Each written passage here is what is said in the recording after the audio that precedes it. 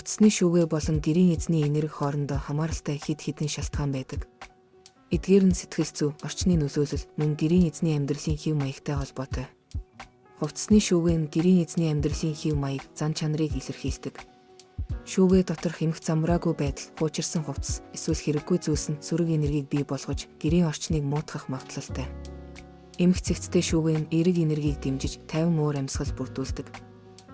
Гэрийн эзэн хувцасны шүүгээнийхээ агуулгыг хэрхэн хүлээж авч, зохион байгуулж байгаагаас шалтгаалж сэтгэл зүйн байдал нь өөрчлөгддөг.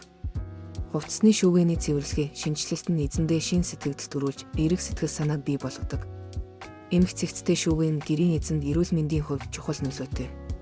Хувцасны шүүгээ доторх нян, тоос, бохирдол нь амьсгалын замын өвчин үүсгэж болох бөгөөд энэ нь гэрийн эзний эрүүл мэндэд сүргээр нөлөөлнө. Зэн буддизм болон бусад философид орчны энерги тэнцвэртэй байх нь чухал гэж үздэг. Хувцасны шүүгээ доторх зүйлсийн зохион байгуулалт, өнгө материал нь гэрийн энергийн урсгалд нөлөөлж тэнцвэрийг алдагдуулж болно. Хувцасны шүүгээний агуулга нь гэрийн эзний нийгмийн харилцаанд ч нөлөөлнө. Эмх цэгцтэй шүүгээтэй хүн бусадтай харилцахдаа илүү итгэлтэй, эерэг хандлагаар ханддаг бөгөөд энэ нь гэр бүлийн харилцаанд сайнаар нөлөөлнө. Эдгээр хүчин зүйлүүд нь хувцасны шүүгээ болон гэрийн эзний энергийн хоорондох хамаарлыг тодорхойлдог бөгөөд амьдралын чанарыг сайжруулахад тусалдаг.